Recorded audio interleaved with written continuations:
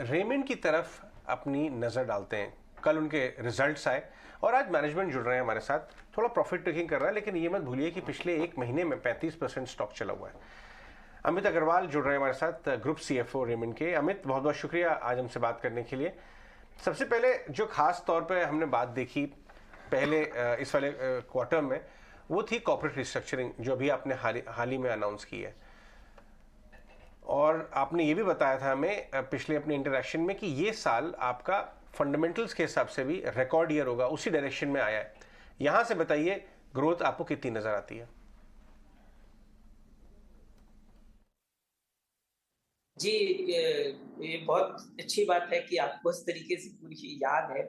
हम लोगों ने जब पिछले साल 22-23 में शुरू किया था, तो हमारे जो प्लान्स थे, उसको देखते हुए हम क्लियर थे कि ये हमारा रिकॉर्ड वर्ष रहेगा। और उसी तरीके से अगर आप देखें, तो हमने 1300 करोड़ से ऊपर का एबिटा किया है, 500 करोड़ से ऊपर का नेट प्रॉफिट किया है, जो कि क्लियरली डेमोंस्ट्रेट करता है, अगर कंपेयर टू लास्ट ईयर 21-22 से देखें, तो 50% ग्रोथ है एबिटा में, 100% इंक्रीज है, डबल हो गया है हमारा नेट प्रॉफिट।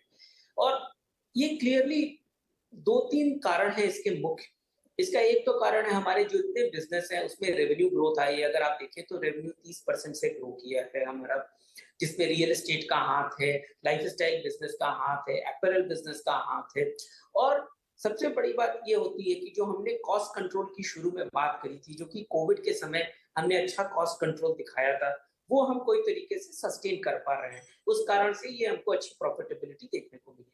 साथ में हमने जैसे ये भी बताया था कि हम वर्किंग कैपिटल के ऊपर भी कंट्रोल करेंगे, जिसके कारण हम कैश फ्लो को कंट्रोल करके हमारा जो नेट डेट है वो भी हम 400 करोड़ से इस वर्ष में रिड्यूस कर पाए हैं। तो हमारा नेट डेट भी 700 करोड़ के नीचे हो गया है। और अगर देखें तो पिछले 3 साल में करीब करीब 3 साढ़े 3 साल में 2400 करोड़ से लेकर हम आराम से 700 करोड़ पे डेट पे आ गए हैं। तो हमारा जो आगे फ्यूचर है वो हम क्लियरली देखते हैं कि अभी जो हमने जिस तरीके से ट्रांजैक्शन किया, कंपनी को नेट डेट फ्री कर दिया है, उस तरीके से हमारे पास एक काफी अच्छी ग्रोथ अपॉर्चुनिटी दिखती है कि हमारा लाइफस्टाइल का जो ग्रोथ है वो अच्छा रहेगा। दूसरी तरफ रियल एस्टेट में हमारा जो थाने का प्रोजेक्ट है वो अच्छे चल रहे हैं। जो हम जेडीए करने की कर रहे हैं वो भी हम आगे बढ़ेंगे। और इस तरीके से दोनों में हम अच्छी ग्रोथ देख रहे हैं, जो कि इवेंचुअली अगर ऑपरेटिंग लेवरेज के कारण हमारी प्रॉफिटेबिलिटी में भी ग्रोथ आती है। बिल्कुल मिस्टर अग्रवाल, कॉर्पोरेट स्ट्रक्चर में काफ़ी सारे बदलाव, स्ट्रैटेजीज में काफ़ी सारे बदलाव इस वक्त नज़र आ रहे हैं, और इससे ध्यान में रखते हुए वैल्यू अनलॉकिंग शेयर होल्डर्स के लिए किस तरह की देखने को मिलेगी, इस पर आप थोड़ी सी रोशनी डालें। और साथ ही नए माइलस्टोन्स कौन से हैं जो कि लाइफस्टाइल और रियलिटी बिजनेस के लिए आप सेटअप कर रहे हैं? जी बिल्कुल। अगर मैं देखूं तो दो तीन चीजें जो है कि हमारा जो दो कंपनी सेपरेट हुई, इसमें सबसे बड़ा एक तो एडवांटेज होगा कि ये कंपनीज पूरी तरह से नेट डेट फ्री हो जाएगी। और आज जैसा कि हमारा 31 मार्च को डेट कम होके बिलो 700 करोड़ आ गया, तो बेस्ड ऑन प्रोसीड्स हमारे पास करीब करीब 1500 करोड़ रुपए का फ्री कैश अवेलेबल रहेगा to invest behind the growth of the business. So that is going to be a big help. Second thing, going forward हमारा इंटरेस्ट कॉस्ट बहुत कम हो जाएगा, तो वो और फ्री कैश फ्लो जनरेट करेगा।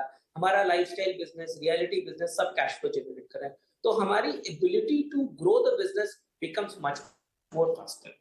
सेकेंड, जो हम देख रहे हैं कि इन्वेस्टर होता है वो दो प्रकार का इन्वेस्टर होता है। एक जिसको real estate, B2C, lifestyle business पसंद है, वो लाइफस्टाइल में इन्वेस्ट करता है, तो वो लाइफस्टाइल कंपनी में इन्वेस्ट करेगा।